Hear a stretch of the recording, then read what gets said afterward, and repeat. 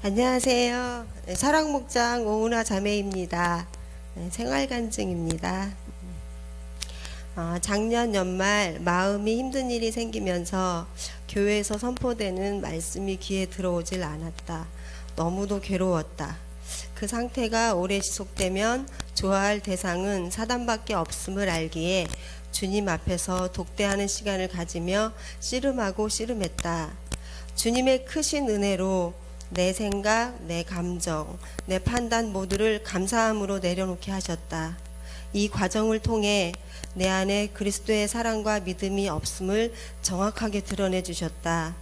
사랑을 심어 기적을 보는 바나바와 같은 삶이 되는 것과 지체 안에 계신 성령님을 바라보게 되기를 간절히 소망하게 하시며 다시 새롭게 시작하라는 마음을 주셨고, 약속의 말씀을 통해서도 구체적으로 어떻게 시작해야 할지 말씀해 주셨다. 여호수아 1장 8절 말씀, 이 율법책을 내 입에서 떠나지 말게 하며 주야로 그것을 묵상하여 그 안에 기록된 대로 다 지켜 행하라. 그리하면 내 길이 평탄하게 될 것이며 내가 형통하리라. 이 말씀을 입에서 떠나지 않게 하기 위해 매일 빌립보서를 한 구절씩 깊이 묵상하는 시간을 가졌고, 그 과정 가운데 내가 얼마나 그리스도 안에 거하는 삶이 아닌지 보게 되었다. 주님은 내 안에 계시는데 나는 주님 안에 거하지 않는 시간이 더 많았다. 방학 동안 자녀들과의 관계 속에서 적나라하게 비춰주셨다. 경제적인 부분과 건강 등 내 힘으로 할 수 없는 부분들은 주님께 맡기고 믿음으로 사라지는데, 아이들에 대한 영역만큼은 내가 왕이었다. 내가 원하는 대로 밀고 나아가려 하고 온전히 주님께 맡기지 못하였다. 내가 원하는 것이 세상적인 것이 아니고 신앙이 우선이라는 이유 하나로 방법이나 행동, 감정 등 모든 것이 철저히 내가 중심이 되어 내가 왕노릇하고 있었다. 얼마나 그 자리를 내어놓기 힘든지 주님께 그 자리를 내어드리는 것이 너무도 고통스러웠다. 내가 원하는 대로 되지 않으면 견디지 못하는 악한 자입니다. 주님 돌이킵니다. 날마다 돌이킵니다. 주님이 왕이십니다. 주인이십니다. 이 자리를 내어드립니다. 고백하며 하루하루 무릎 꿇는 시간이었다.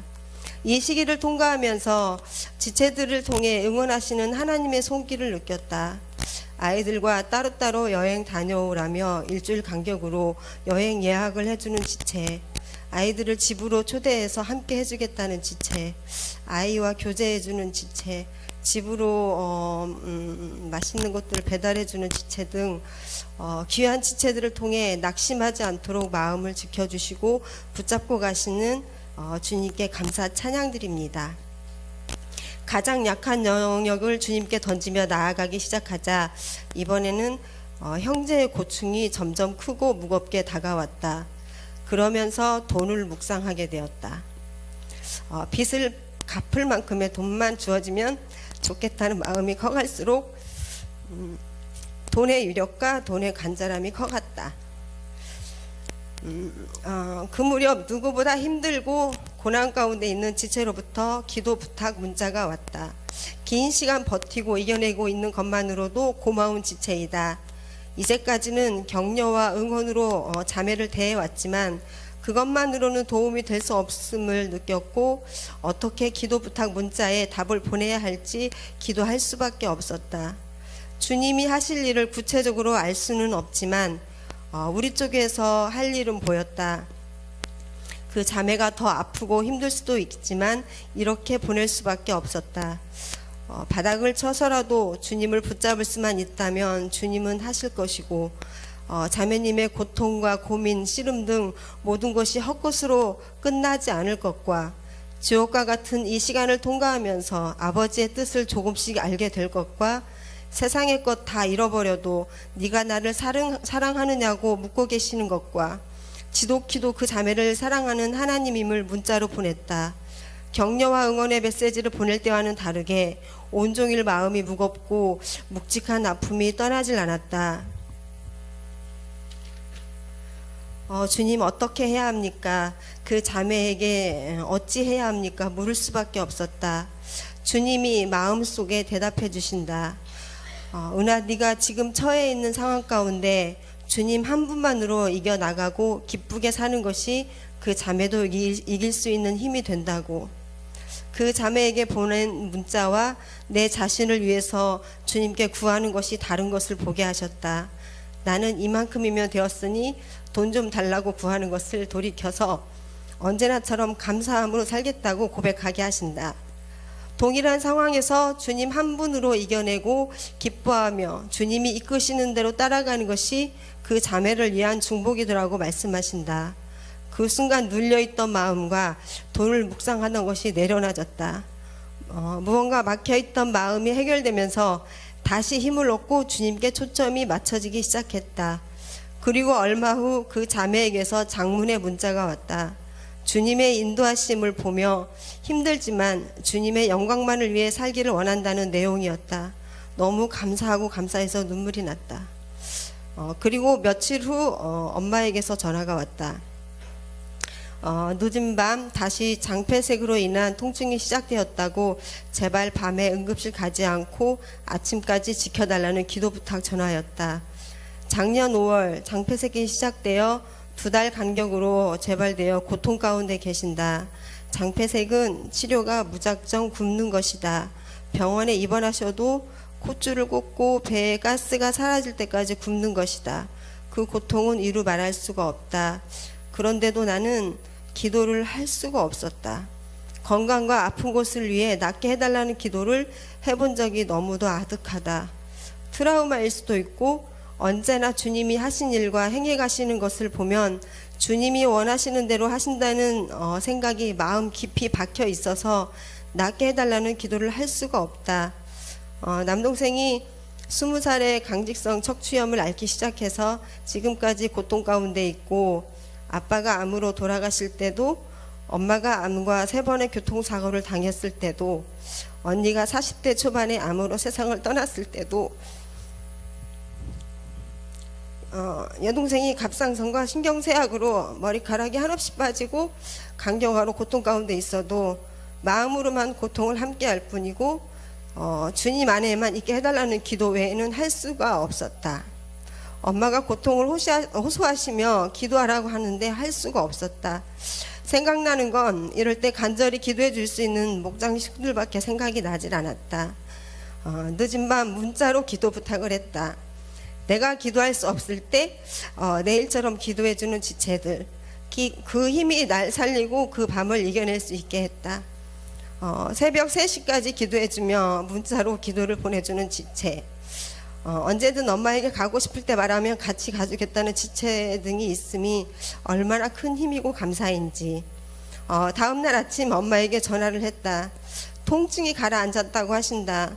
그러나 몸을 움직이기도 힘들고 끝이 없는 고통의 시간들로 인해 어떻게든 모든 것을 동원해서라도 낫고 싶어 하신다. 자식들에게 짐이 되기 싫으신 그 마음을 알기에 무슨 말을 할 수가 없다. 대학병원에 가셔서 다시 검사를 해본다고 하신다. 엄마 몸이 검사를 견딜 수 있는 몸이 안 되는 걸 알기에 말려보지만 서운해 하신다. 그냥 전화를 끊을 수밖에 없다. 그리고 아픈 마음으로 주님께 주저리 얘기한다. 주님, 엄마가 끝까지 믿음으로 반응하게 해주세요. 성령님으로 버틸 수 있게 해주세요. 라는 기도밖에는 나오질 않는다. 그리고 내가 해드릴 수 있는 것을 찾아본다. 인터넷으로 여기저기 알아보니 엄마는 병원보다 한의원이 나을 것 같아 다음날 다시 전화를 했는데 엄마가 고백하신다. 대학병원 안 가기로 했다고. 말씀 읽는 가운데 하나님이 엄마의 교만과 판단하는 마음을 비춰주셔서 회개한다고, 주님이 은혜를 주셔서 잘못을 깨닫게 해주신 것이 감사하다고 고백하신다. 일하시는 주님께 감사하고 엄마께도 감사하다. 엄마에게 한의원 얘기를 하고 더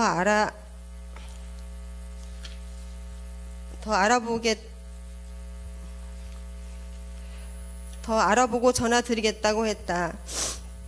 다음날 큐티를 하면서 지금 원하는 건 3가지를 적어봤다. 첫째, 엄마 한의원 모시고 갈 수 있었으면. 둘째, 여동생 강경화에 도움이 되는 언니가 되었으면. 셋째, 목장과 교회 계약했는데 필요를 채워주셨으면. 그날 저녁 이 세 가지에 대한 응답을 다 주셨다. 저녁에 형제가 물어온다. 엄마가 좀 어떠시냐고.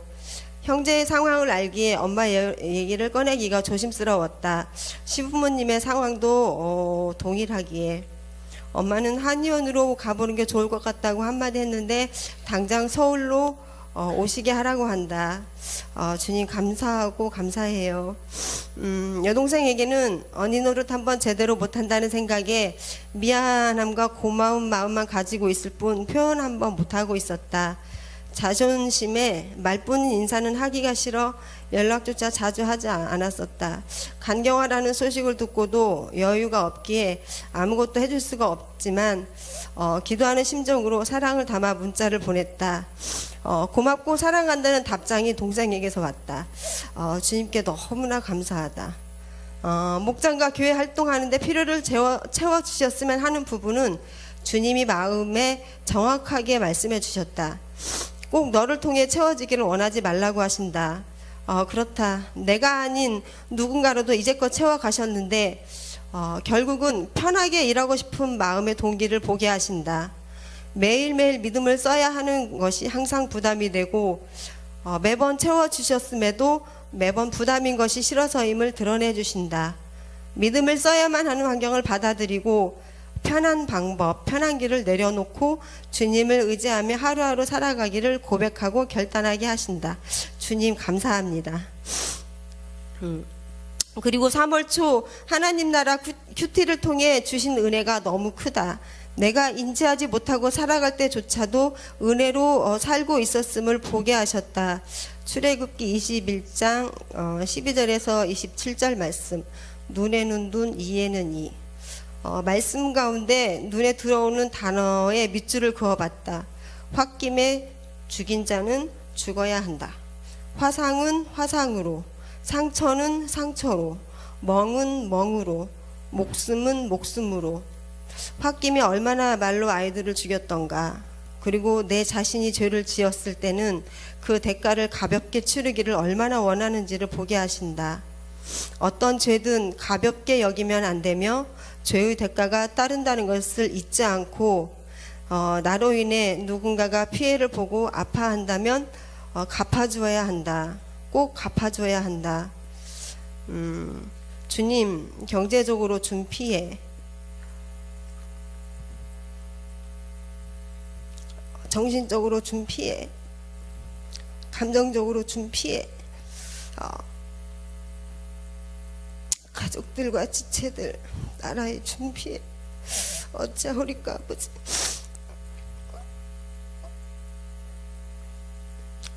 간절히 기도할 수밖에 없었다. 마음이 너무 아파온다. 기도 가운데 주님이 지금 할 수 있는 일을 말씀해 주신다. 나와 우리 가정은 그 어떤 피해를 당하더라도 용서하면서 살면 된다고 말씀하신다. 더불어 얼마나 주님께 은혜를 입었는지 또 사람들에게도 은혜를 입은 자인지 깨닫게 해주신다. 그저 은혜로 살아가고 있음을 보게 하신다. 감사하고 감사하며 힘을 얻고 다시 일어설 힘을 얻는다. 주님 평생 잊지 않게 하소서. 얼마나 큰 은혜를 입고 살고 있는지와 항상 용서하며 살아야 할 자임을 하나님 아버지와 지체들 사랑하고 감사드립니다.